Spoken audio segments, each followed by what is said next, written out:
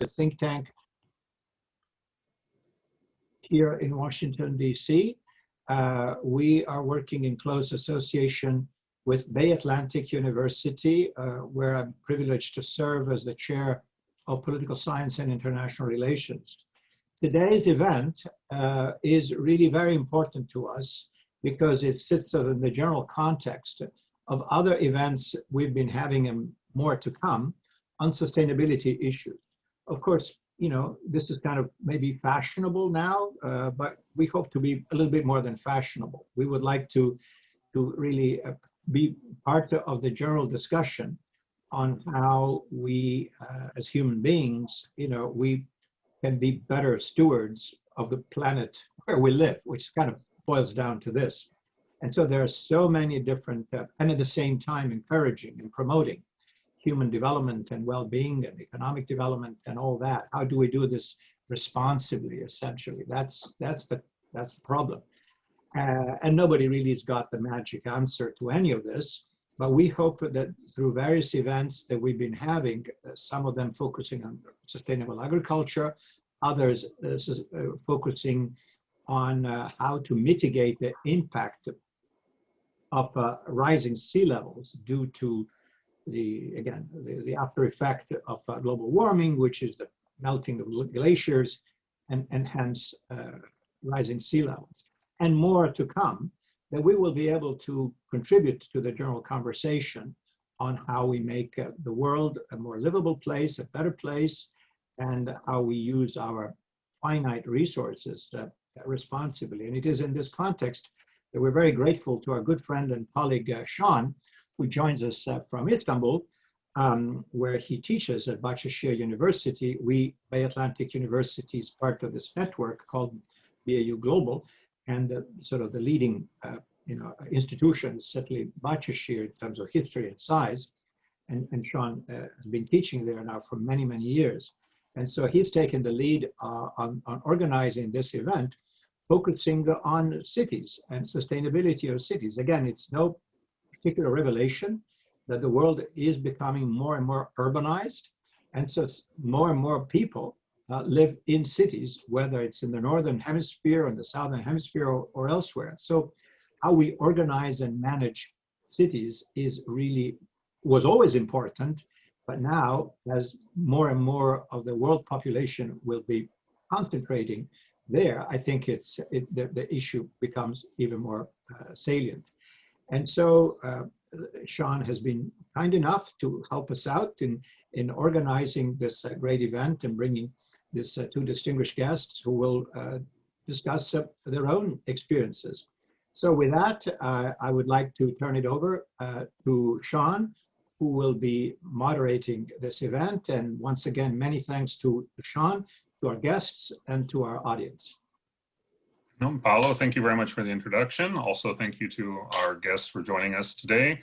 As Paolo said, my name is Shaleane Cox. I'm based in Istanbul.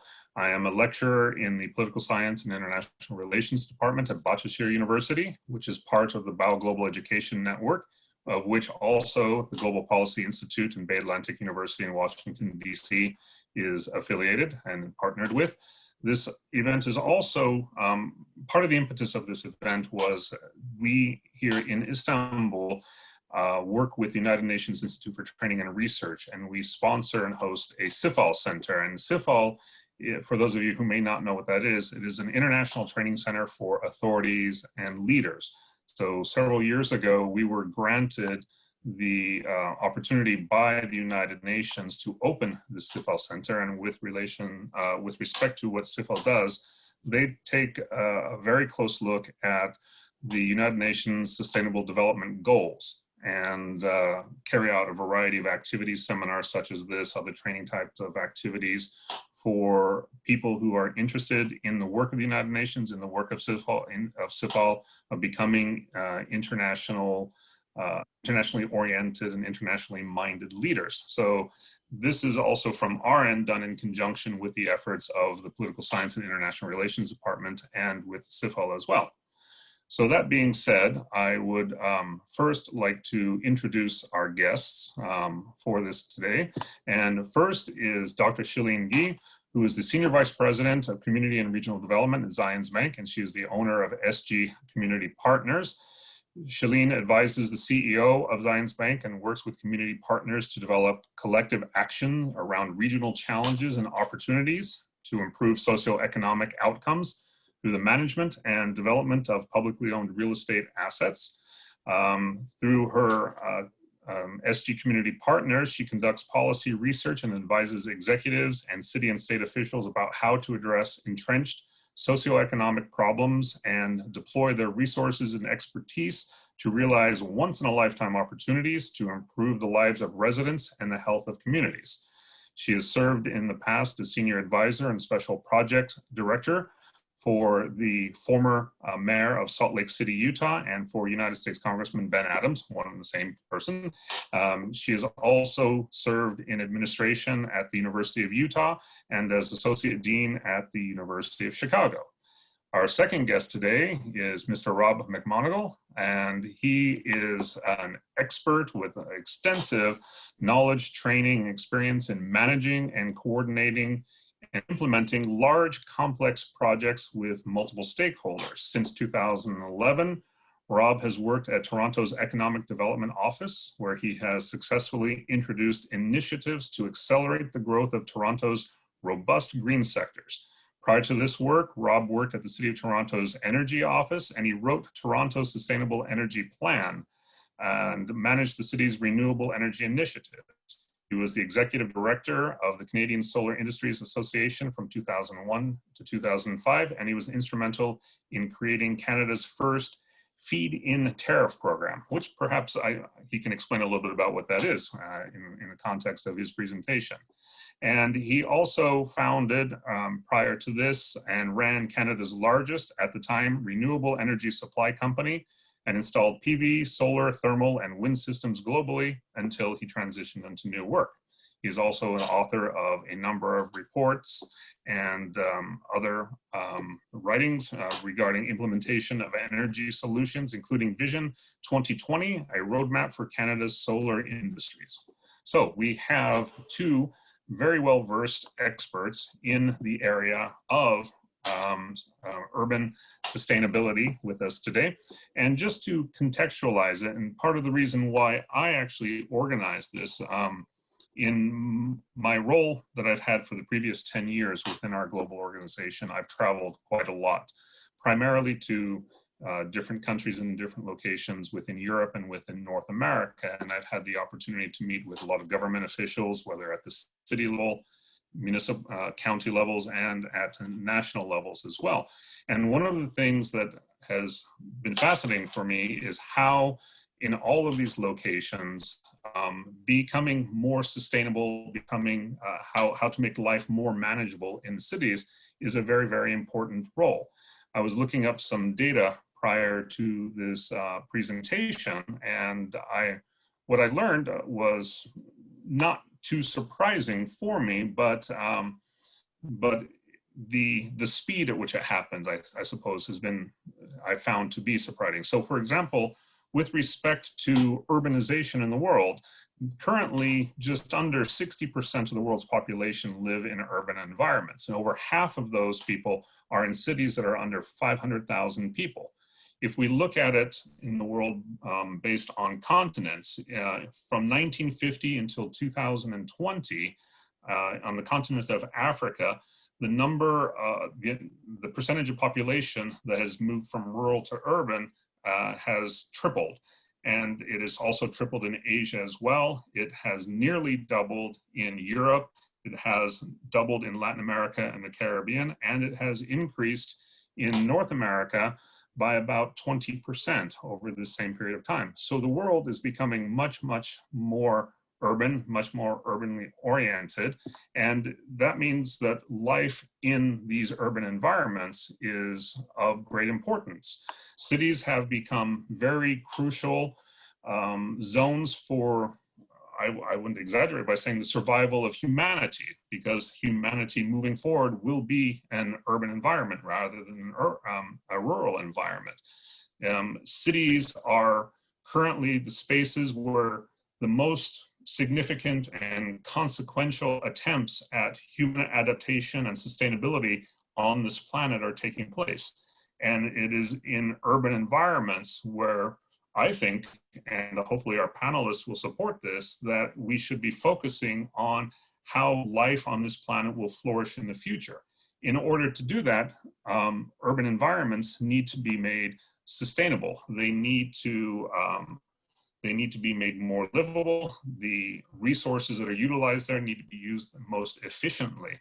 I think about it this way, and some of the things that I've read is that the basic principles of sustainability, the foundations of which are essentially three pillars: the economy, society, and the environment. And these principles these pillars are used interactively to help create better lives for the people in these urban environments, so that we can have clean energy, clean environment, access to resources to live positive, healthy lives that are equitable through all socioeconomic levels in these urban environments.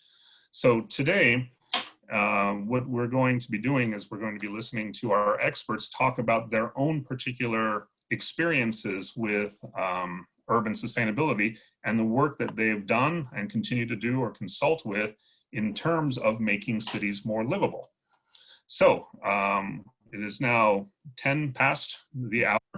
What I would like to do is the floor over to our guests, and each of our speakers will have up to 15 minutes to talk and to discuss what they know about urban sustainability, the work that they've done, and then we can open the floor to questions. So first, I would like to hand this off to Dr. Shaleane Guy, and the floor is yours. Great. Well, thank you so much, Sean, and it's great to be here, and good morning from Salt Lake City. For some context about Salt Lake City, it's a small mid-sized city. It's about 200,000 residents, but one of the things that we're looking at is how Salt Lake City, as the capital city of the state of Utah, is situated regionally in an area and a state that's experiencing tremendous population growth. So for context around that 200,000, Utah's population and economy have grown faster than most other states in the United States for a couple of decades. The trajectory of population growth, we saw 1 million new residents here between 1970 and 2018, and that's projected to continue, reaching 4 million by 2032 and 5 million by 2050. For a city, a capital city that's 200,000 in a regional context, this is a tremendous challenge and also a tremendous opportunity to think about. One of the things that I wanted to talk about today primarily was not so much a focus on any one of the specific sustainable development goals, but a tool or a mechanism that we're using to try to help cities and others realize their goals generally for sustainable development. And that is a mechanism that we're identifying as what we call here in Utah, a public asset development initiative. And essentially what it is taking a look at the real estate that cities own and that other public entities own within a city boundary. So school districts, the county, utilities, things like that. When we think about government, especially in the United States, we don't often think about the assets that are owned by government. And when we think about real estate assets that are owned by government, we're also often just thinking of parks and things like that. But cities and again, their entities within them own a tremendous amount of real estate assets. And what we have found from some of the academic literature and the work that we've done here in Utah and with partners across the country is that cities often know what they owe in terms of their debt, what they need in terms of their budget, but they often do not have a comprehensive understanding of the real estate assets that they own. There's often not a consolidated list that any executive can look at for various reasons. They're managed and owned in different departments, and therefore if an executive body doesn't know what they own in terms of real estate, they're certainly not equipped to manage that real estate well.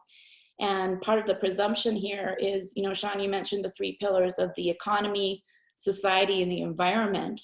And we're assuming that land intersects with all of those, and land use is incredibly beneficial to that. So what we're doing in Utah, in partnership with Salt Lake City Mayor and mayors across the state, is doing a couple of things to help the public understand what real estate assets do they own, how should they be evaluated, both financially and in terms of policy and community benefit policy. How should they be managed professionally? And in cases where there's underutilized or surplus land, how might that land be developed in partnership with the private sector, but retaining the ownership of the land for the public benefit in ways that help those elected officials in those communities meet these sustainable development goals. This has been a big effort in Utah. Inventorying the land itself is incredibly difficult. And so in partnership I work for a bank leading this initiative for a range of reasons. We see it as a public service, but also as a really important thing to get right in our state.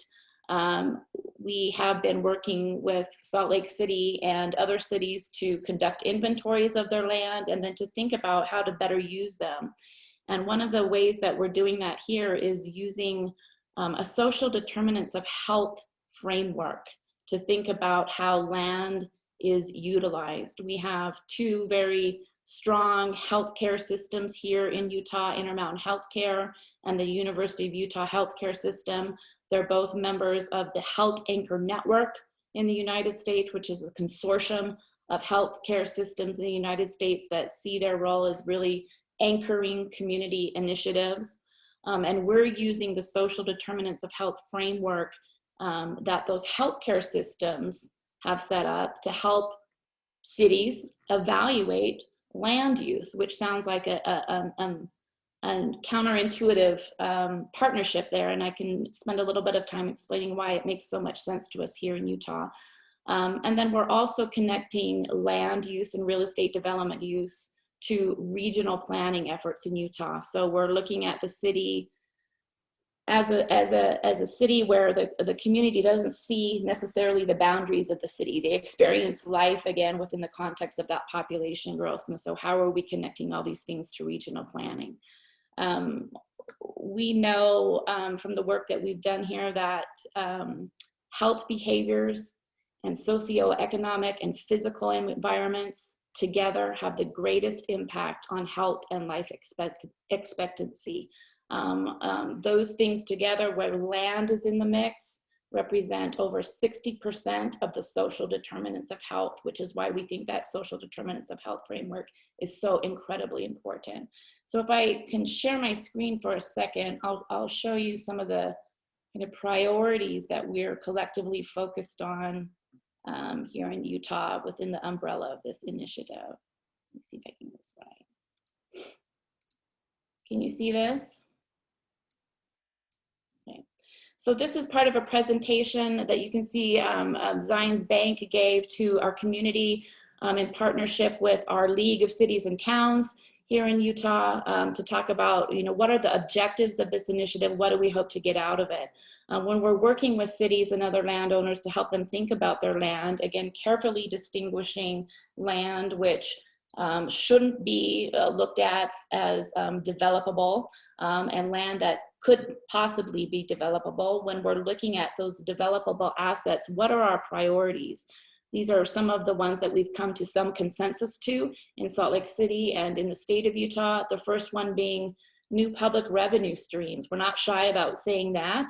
One of the things that we're focused on here in Utah is how do we create new public revenue without raising taxes or other things out of land use holdings, revenue that can flow back to the city's budget that they can use to support a range of their sustainable development goals. We're assuming that land use that doesn't prioritize new public revenue for those sustainable goals isn't itself sustainable. So we're helping cities develop a roadmap for long-term economic growth and social outcomes using that land, dedicating revenue yield to needed infrastructure and services, and then carefully stewarding policy and other regulatory measures accordingly. Here we see the social determinants of health. You can see on that right side, the social determinants of health framework that our healthcare systems are using map almost one-to-one on most sustainable development goals that cities have. That's true for Salt Lake City, but it's also true for a range of other cities in our state that have very different communities, very different land structures, very different goals, very different politics, and very different concerns.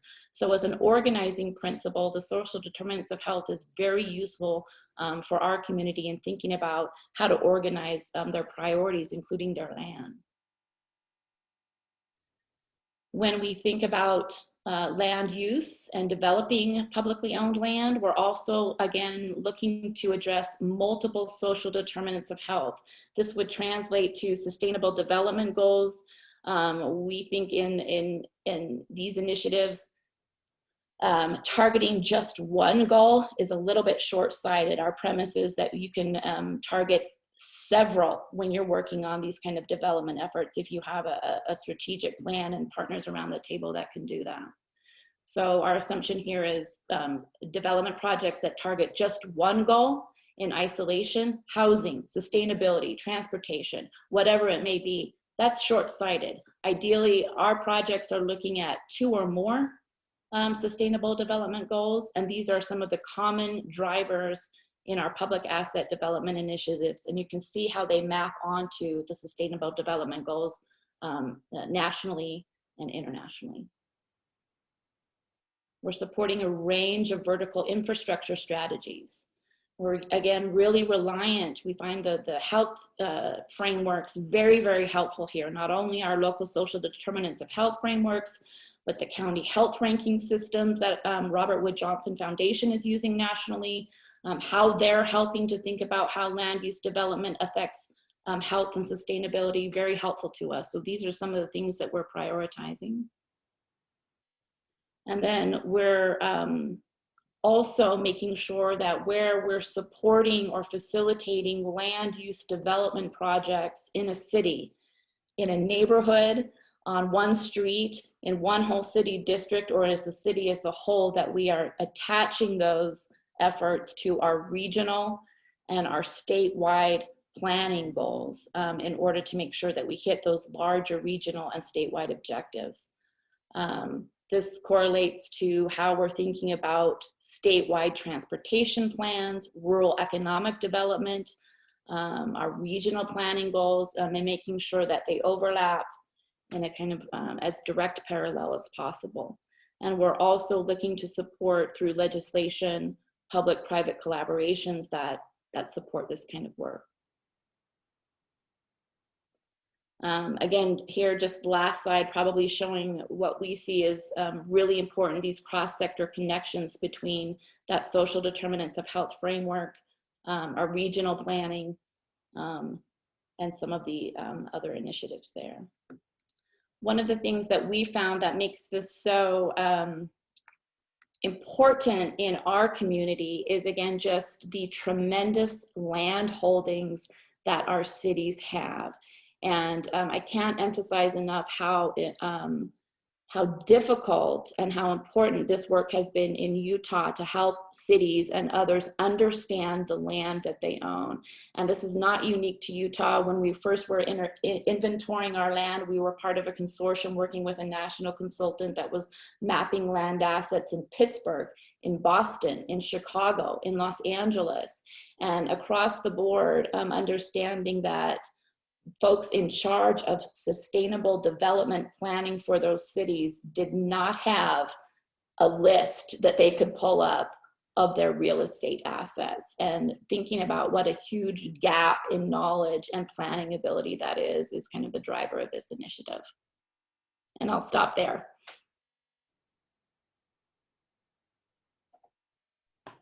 Oh, thank you very much. Actually, I have a whole host of questions for you, but first I'm going to pass the mic over to Rob and see what they're doing up in Canada, in Ontario, and specifically, of course, in Toronto.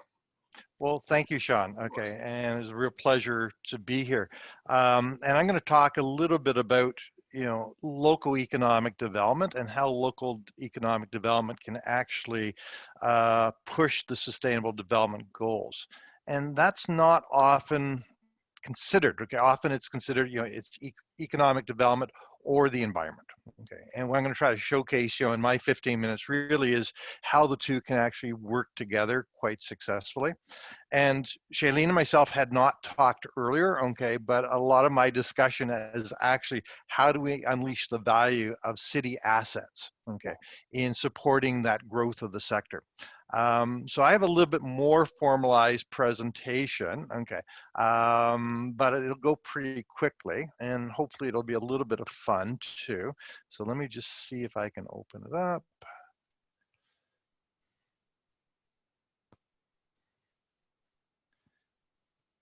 And I'm hoping people can see that slide. That looks way more fun than mine. Yeah, Godzilla in San Francisco. But really, it's changing people's mindset about economic development. How economic development can meet the goals, okay, of saving the world, in effect, okay. And really, it's no different than what we've grown accustomed to, over the last couple hundred years with local economic development, okay, but we seem to have gotten away from in the last 50 years. Okay. I'll start a little bit about what I do at the City of Toronto, okay, and where we kind of see economic development at a local level. I sit in the sector development office. It's a small office of 10 people. It's a unique office, though, in municipal governments. In most cases, economic development focuses on supporting individual businesses, in this case through our business retention and expansion office. They'll work on building permits or bylaw infraction issues, items like that. The business improvements areas, which are in the main streets. How do you promote the main street? How do you set up, outdoor cafes, things like that? And small business services, which traditionally provides advice for people that want to start their own business. We do it a little bit differently. Okay, we look at groups of companies focused on either sectors or what we call clusters. Okay, and only a small proportion of cities in North America actually look at that. In Canada, we're one of only 3 offices of local sector growth. However, you look around the world and sector offices are the norm in a lot of municipalities, particularly in Europe, where that's where they focus on. When we look at the big picture of local economic growth, we look at a number of different drivers. There's obviously the marketing promotion for individual companies to build awareness, okay, of the product. There's workforce development. How do you bring skilled workforce into the various companies, that meet their needs for new technologies, new ways of doing businesses. There's the policy and regulations, and then the market development, right? Expanding the market for individual products. But there's 2 drivers to that. One obviously is advocacy, and a variety of different organizations will advocate on any of those 4 areas to improve the condition of support, if you will, for a specific type of company or sector. One thing we often forget about is this collaboration building. Is individual companies, they tend to focus on their own areas, but they get frustrated when trying to make large systematic change. This is where the collaboration building becomes very, very critical. And this is where you have strategies to build a specific sector and create that networking and consensus building. That's really where we focus on, is that collaboration building. We don't have a lot of tools to support marketing. We don't have any impact on policies or workforce development, but we can bring the partners together to make changes in all those 4 areas. And to understand sectors also it gets a little bit technical, but there's a methodology that's developed by governments, by the statistics departments in governments. And what it's called in North America is the NAICS system, North American Industry Classification System. And it's how do you classify all the different companies, in our economy. And for example, for food manufacturing, it's in Canada and in the United States, it's category 311, but you can drill down, into that category. So for example, 3118 is bakeries and tortilla manufacturers. So for example, we know in Toronto, which does not have a large Spanish population, there are 38 people employed in the tortilla manufacturing and 3 companies or bakeries. One of the challenges when we deal with the green sector, and this is systemic across North America, is we don't have good classifications of the green industry. So we really don't know how large it is, using national statistics. So for example, we don't know in Toronto, using national statistics, how many solar manufacturers there are. We do, using methodologies which are unique to municipalities, do know though, and we know that there are 5 manufacturers which employs over 300 people. But officially, those numbers don't exist in statistics. So it makes it very hard to track the growth of the green industries.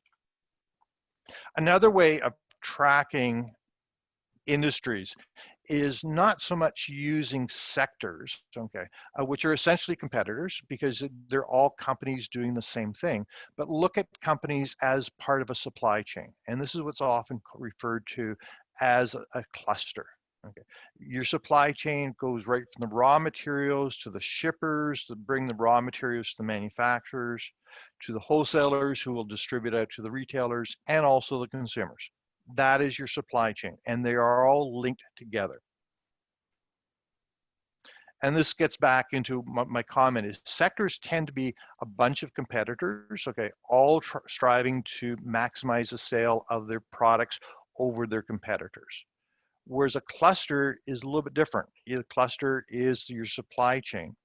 And you may have 2 competitors, company 1 and company 2, in that cluster, and they are still competing, but they have so many collaboration opportunities with retailers, with suppliers, with workforce trainers, with their banks.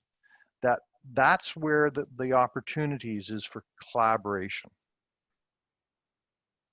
I'll give you an example of a cluster, and it's Toronto's bike cluster, which we have 5 manufacturers of bikes, and over 15 manufacturers of bike products. So we have a complete system of manufacturers. We also know who the retailers are and all the different elements, the municipal governments, the associations and NGOs. In the case of the City of Toronto, we actually have a bike fleet with the Toronto Police Services, and the bike rental is actually owned by Toronto Parking. So Bahcesehir Toronto. So we have all these stakeholders working together, in this cluster. When we talk about the green sector, everyone often thinks about it as being one massive sector. It's not. It's actually, in our case, we define it in 5 different sectors: the bioeconomy, the clean energy sector, the green building sector, resource management, and sustainable transportation. And using the methodology that we've developed, we know that that employs over 61,000 jobs in Toronto in 2019. So it is a fairly significant size of the industry, but according to national statistics, we only employ about 15,000 because it doesn't capture the solar manufacturers, the green building installers, et cetera, et cetera. And we are growing quite rapidly. And this is really the proof in the pudding about, how green is taking over the world and becoming dominant. In a 5-year average, employment growth doubled that of all of Toronto for all of industries, and also doubled the GDP of Canada over a similar 5-year period. So it is an industry that is starting to see significant growth compared to the rest of the economy, and is starting to take its dominant position. So I want to talk now a little about how do we support individual companies, but most of our focus is really on supporting growth of clusters. But this basically goes back into how do you help companies get started? And most companies, there's lots of financial resources by investors and government to develop innovative products. Okay, that whole idea of coming up with a product and development is sponsored.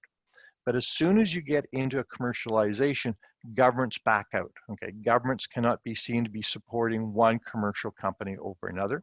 So you get into this what's called valley of death. Just when the company needs all this money to get into commercialization, money is pulled out from underneath them. And during that valley of death, they're just getting ready to commercialize. They need a place to pilot or demonstrate their new products, okay? Plus, they're desperate to find that first customer that can be used as a referral. Now, in the case of the City of Toronto, we own over 5,000 buildings, okay? And we include parks and roads and all sorts of different infrastructure. So it's an ideal way of collaborating with these innovators to basically use our infrastructure to host their projects. So at Economic Development, we basically operate a program called the Green Market Acceleration Program that brings these innovators, okay, in. We facilitate that discussion with the ownership of infrastructure, which in the case of Toronto, there's over 50 agencies that actually own all this infrastructure, and we act as project managers. And this has been a very successful project of ours over the years, and a number of other municipalities in Canada, and I believe down the States now, are adopting a similar process of helping local companies get their product to market. And the nice thing about that is it doesn't cost the city a dime. We're not buying this. We're just simply helping these companies by letting them use our assets. So over the years, we've done about 50 different projects. Some of those companies have gone on to significant growth and success, but we do lots of fun stuff. So I really do enjoy this element. We've done urban tree sawmills where a company wanted to take the trees that came down in our parks. They were actually high value hardwood trees like oak and elm, all that have very high price value, but they were going to waste. So rather than sending them to the landfill, we were basically sawmilling them, okay, and turning them into high value for the Toronto furniture industry. The underwater energy storage firm, okay, needed a place along the Toronto waterfront to demonstrate their concept. The company HydroStore has now gone on and has just recently signed a huge contract in California for a megawatt energy storage project. So, okay, we talked about a little bit about individual companies, but as I said, most of our stuff is really focusing on how do we bring that collaboration together. Okay. And when you talk about clusters, you can have someone that acts as the cluster manager, but you don't need that, okay? Because a cluster is really all about supply chain, okay? But it's been shown that companies that are in an organized cluster, okay, grow an average of 10% faster annually than companies that aren't in an organized cluster. So what we do in the City of Toronto, and unfortunately we don't have the resources, or we'll say the political will to do this, okay, is we act as, in effect, the cluster managers at economic development for our clusters. Whereas in Copenhagen is a good example, there are 38 cluster management organizations, all of them supported financially by the local government. While in Toronto, which a population of about 4 times greater, okay, we financially support only one cluster organization. So I talked a little bit about the Urban Wood Initiative. So that's one sawmill, and Toronto is a very urban area. We don't have sawmills, okay? So that was a big challenge. So one company the owner wanted to move down to Toronto for education of his children. So he set up and we started working with him. We now have actually 5 sawmills, local sawmills in Toronto processing wood both on from city property, but now also from private property. And that is feeding it into Toronto's furniture industry. And we now have a reputation globally of supplying beautiful wood furniture, all produced from wood from the city of Toronto. I mentioned a little bit about the bike cluster. That is a big opportunity because of the pandemic. There is a shortage of products, okay, worldwide. While we do have manufacturers, okay, locally, but the manufacturers aren't well known, okay, and that was one of their issues. We can't market individually our products because people don't know about it. So we help them doing that marketing. Also, because the huge demand for used bikes is a shortage of bike mechanics. And turns out that very little official training is being done for these people. So we've supported development of a training program to bring in disadvantaged youth, okay, into an area, okay, where there's a job demand for them. Finally, I should mention a little bit about the Helsinki Energy Challenge, and this is where there's an opportunity of cities working together. So the city of Helsinki had a very high goal of going to net zero by 2029, so a very rapid, okay, reduction in carbon. And they put out a competition. It was worth €1 million, okay, of getting the best ideas around the world, okay. But they required a cluster approach. It wasn't an individual company they were looking for. They were looking at the total solution. And this is where a lot of Canadian American companies face a disadvantage, is there is not these cluster organizations in place that can work together to create these massive international projects, infrastructure projects. So what we did is we worked and brought together 65 companies in Toronto to work on a bid for the Helsinki Energy Challenge. Now, we didn't win, okay, and it was actually a European cluster that won, but there was such an interest, okay, of what we were doing that we've now been approached by cities in Central and Eastern Europe to do the same thing with them. So while we didn't win a project for companies in Helsinki, we know we're going to get projects in Central and Eastern Europe, okay, for our companies because of what we've done. So just a real quick closing thought, okay. You know, you can see I'm an optimist, okay, and I think, you know, really we will, okay, solve the climate crisis, okay, and we'll do it, okay, by looking at economic opportunities. Okay. And I think that argument has always been false between, you know, it's going to be the environment or the economy. That's really is false, okay. The argument for people that didn't want to go the environmental route, okay, the oil companies, okay, were they were protecting old businesses, and it was anti-innovation, because if you look back 120 years ago, those same arguments were made about the car, okay, but it was done by the horse and buggy industry, and all sorts of restrictions were put on the car by local governments, okay, because they were trying to protect their horse and buggy industry. So how many horse whips, okay, manufacturers are there now? There are none, because there was a natural progression of innovation. And I think what you'll see over the next 100 years is just like we saw in the last 100 years, is those countries that will take advantage of local ecosystems will be the winning countries and local nations. And while money only is really useful, okay, city governments don't have a lot of money, okay, but we have, okay, the knowledge, okay, and the fact that we're already knowing individual companies that we can make and exploit opportunities for them. And that's my presentation.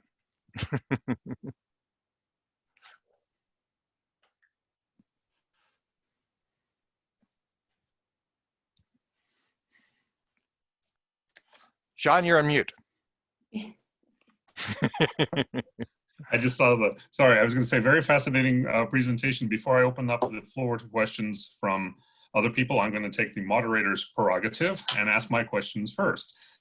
I have two questions for each of you. Well, I have the same two questions for both of you, and then a question for each of you. So I'll just give them to you first, and then perhaps Shaleane could answer first, and then Rob, and then other people have questions. So my first question is that this has been focused on cities and the initiatives that cities take. How do your cities work with provisional governments, like provincial governments, or with state governments, or with the federal government? Is there any kind of interaction or coordination? Do they put any constraints on the activities that you do? Do they support you in any way? So that's question number one. Second question is, when you're developing these different programs, whether it's for real estate use or economic development, supporting the clusters, looking at the assets and deciding how to use the various assets, who makes these decisions? Who within the city are there politicians involved, or is it bureaucrats that are involved? Is there any kind of community input process for these type of things at all, or any system in place for this? So that's the question. Those two questions I would like both of you to answer. And one specific question for Shaleane. You had mentioned that Salt Lake City, is only a city of 200,000 people, but it is located because of its geography. Salt Lake County and the main cluster of the population of the state of Utah is on the Wasatch Front, which is, for those of you who might not be familiar with that geography, is three main valleys where the vast percentage of the population of the entire state lives. So given this type of geography, is it really, is it beneficial to just think of it in terms of Salt Lake City as this city which occupies just one corner of the Salt Lake Valley? Or is it better to think and conceptualize in terms of this entire populated area, which is in fact much, much larger? And then my one specific question for Rob is, what type of incentives are offered? You had mentioned that there's ways of incentivizing companies to do things within Toronto, but you also said that you don't have a lot of money. So what are the incentives that are being offered? So first, Shaleane, please. Yeah, so I'll start with the geography of Salt Lake City, just to give you a sense. It's a lens into answering all those questions. So if you're the mayor of Salt Lake City, and we have a tremendous leader in our Mayor Mendenhall, what you're sitting on is a city situated geographically, as Sean mentioned, in a mountain front region that's comprised of three major valleys where most of that population growth I mentioned is taking place. And in addition to that, Salt Lake City is sitting smack dab in the center. To the east is a large mountain range, a significant tourist attraction, a main watershed, an anchor for the entire Intermountain region. To the west is desert, developable land, location of a planned inland port, a new international airport, and then to the south and to the north, massively growing population centers. So if you're a mayor of Salt Lake City, you have to think regionally, and you have to work in concert with regional planning bodies and with statewide planning bodies, because you're responsible within your footprint for how those things are going to go, not only in the state of Utah, but also in the Intermountain West generally.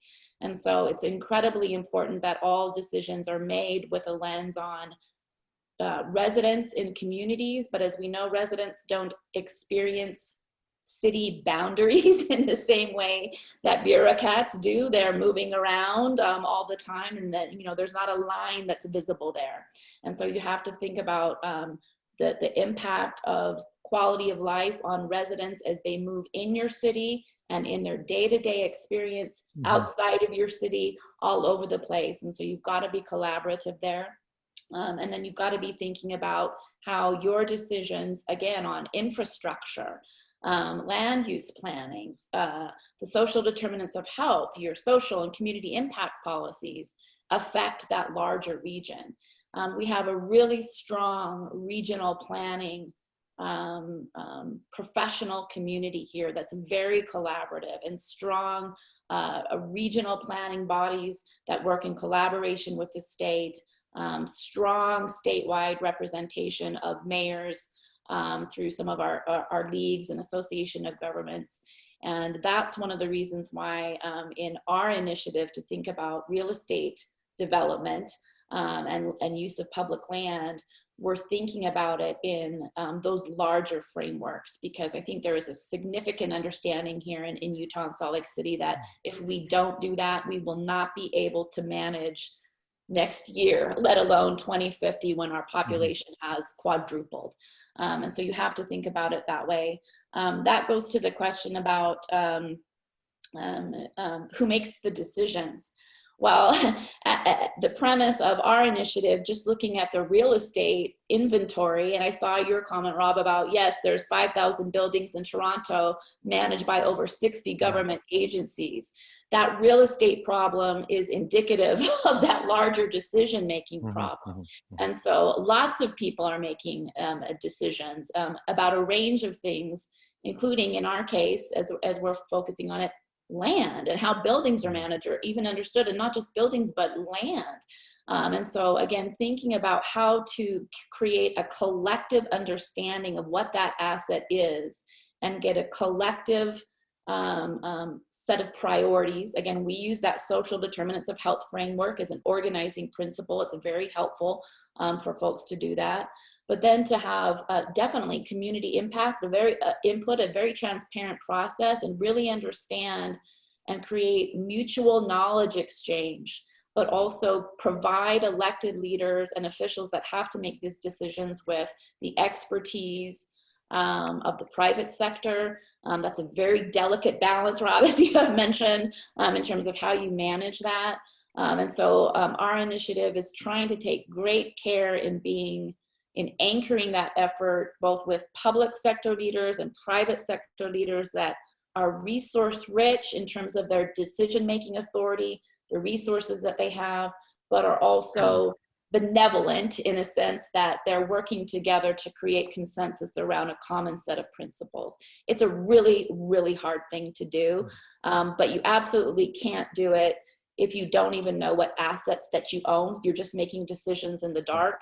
And so that's the fundamental principle that's holding us and our effort together.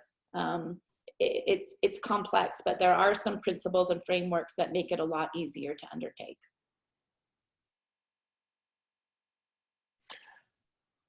And what about the interrelationship with the state and federal government? Because Salt Lake City is also a capital city as well. Salt Lake City is a capital city, so absolutely. So again, those regional planning efforts are efforts conducted in partnership with the state. I mentioned, state legislation that we collectively try to put forward and support that supports this kind of development and growth and thinking. That's also a challenge. But all politics and all government's a challenge. Federal, I mentioned the Wasatch Front Range that sits in the city. We have a lot of federal land in Utah too. And so all of these things are at play. And I don't think you can think about them in isolation, because residents and community members and you and me don't experience them as jurisdictional government lines. That does not make sense in the lived reality in a place like Salt Lake City and most other places in the United States. All right. Thank you very much. Rob, please. And the relationships with the province, and the national government is always a challenge with cities in Canada. I suspect similar to the US, in that we're basically a creation of the province. We're actually not, a city government is not in the Canadian Constitution, okay? So it's not an official, if you will, government, okay? And in the case of Toronto, we had, ups and down relationships with the province. Recently, for example, the province arbitrarily decided that was going to cut the size of city council in half. Okay, it said there's too many politicians in Toronto. We're going to, cut it in half, and they did it in the middle of an election. Okay, and then about 5 years ago, the city says we need to raise more money. Okay, you only give us the ability of raising money through property taxes, but we own all the streets. We're going to do basically a road tax, okay, for people that use the roads. Okay, so province says no, you can't do that. Okay, so we're not what are often referred to as a charter city. Okay, we don't have any rights ourselves to make the decisions. All of the decisions the city makes can be overturned by the province. That's different over in Europe, where the cities are what are called charter cities. Okay, they have the rights to make decisions for themselves. it makes it really challenging for economic development, because you talked about incentives. We don't have the money to give out incentives financially. Okay, what we can do, okay, is create programs, okay, that basically work on staff skill and knowledge, if you will, okay, on creating those opportunities for the companies. So the Green Market Acceleration Program is a good example of that. Okay, no money crosses hands in that. We don't give money for companies to do these pilots. Okay, but we can help the companies access federal and provincial funds, perhaps, to do the pilots. But what we have is something really unique, which the feds and the province don't have. We have all this property. Okay, city governments own a lot more assets than the provincial or federal governments. Okay, when you look at urban settings and stuff like that. Yeah, and that's what I would just, again, as Rob noted, we didn't speak before this presentation, but that's what we're exactly at the heart of what we're trying to address, and the assumption that in those assets, there is some money, right? And there needs to be, if there's ways to responsibly unlock that value. A lot of this work is based on some literature. There's a wonderful book called The Wealth of Public Cities and The Wealth of Public Nations, and we've based a lot of our thinking around that work, where you can unlock the value of some of those assets. You can't do that if you don't know what they are, or there's not an organizing principle around them. But if you're thinking about sustainable development and you don't understand the real tangible real estate assets that you own, again, the premise that we're working with is you're shooting in the dark at goals, and you're also overlooking a tremendous potential source of not only beneficial vertical infrastructure and open land and green space and all of that, but also a better financial position and potentially, and certainly in a lot of cases, new revenue generation. What we found is even at the micro level, going down from the state to the city to the school district, or whatever the size of the footprint of the real estate holdings of the asset owner, the value there is comparable or exceeding what their debt or needs are if it can be untapped. And so that's a responsibility that collectively we need to take. Yep. And I'll add, like the value of the property, that can be looked at all sorts of different ways. It really relates to the innovation. And I'll use the example of our urban, lumber initiative, right? Is the city was spending about $500,000 a year, okay, on sending these trees to landfill, okay, chopping them up and sending to landfill, okay, and it was through businesses that identified that there is an economic value to these trees, okay, so let's not send them to landfill, but let's use them for what they're, they can be used for, furniture and stuff like that. So we reduced, that $500,000 to $5,000 a year, okay, in cost, okay, because the city is now selling these downed trees to the lumber companies. But it was just a different mindset, okay, rather than managing an asset as a cost, okay, you look at how do you manage those assets, okay, to the best of the abilities to make actually either a break even or provide benefits to the community. Thank you very much. We just have a couple of minutes left, and I saw there was one question about the energy storage, but you answered that, Rob, by directing them to the website. There's another question from Levent Uzkula about sharing your presentation. If you, I don't know what would be the most efficient way, but Mr. Uzkula, if you're listening to me, I can put you in touch with Rob if Rob's okay with that. Yep. And we can share that way as well. Paolo, did you have any comments or questions that you wanted to ask? You're our guru of development for the Global Policy Institute. Thank you. No, really, I think first, I really want to thank both you, of course, Sean, for organizing, and the presentations are really, really, really enlightening. And I think we barely scratched the surface. I don't really have particular questions to ask. I find that this whole notion, particularly what you said, Shaleane, which sounds so pedestrian, to say, please know what you have, that the fact that that's really sounds, oh my God, isn't that an idea? You know, take inventory of your assets and then you know what you do with them. If you don't know what you have, it's very hard to leverage anything. And all these ideas that you, Rob, put together about this clusters, this whole thing about the, you know, the trees that you mentioned, about all these other stuff. How do you know who's employed in which sector? I mean, to me, these are, again, they sound very elementary, but the fact that you, it means the fact that, you know, humbly, I suppose, it's starting from the ground floor here. You know, understand what you've got and then figure out how you leverage it and how you promote collaborative ventures. What you've said about participating in this bid for Helsinki, I think it's enlightening, which means you don't win the first one, but maybe you win the second one and the third one, because you've got now the pieces together. You've got the, you know, the talent and the resources that allow you to compete for other such bids, you know, worldwide, and not to mention what you can do domestically. So that, you know, my general comment is thank you so much, and I really hope to see you again, and maybe you can, you know, I'm just doing a little bit of marketing. You know, we got the Global Policy Institute website.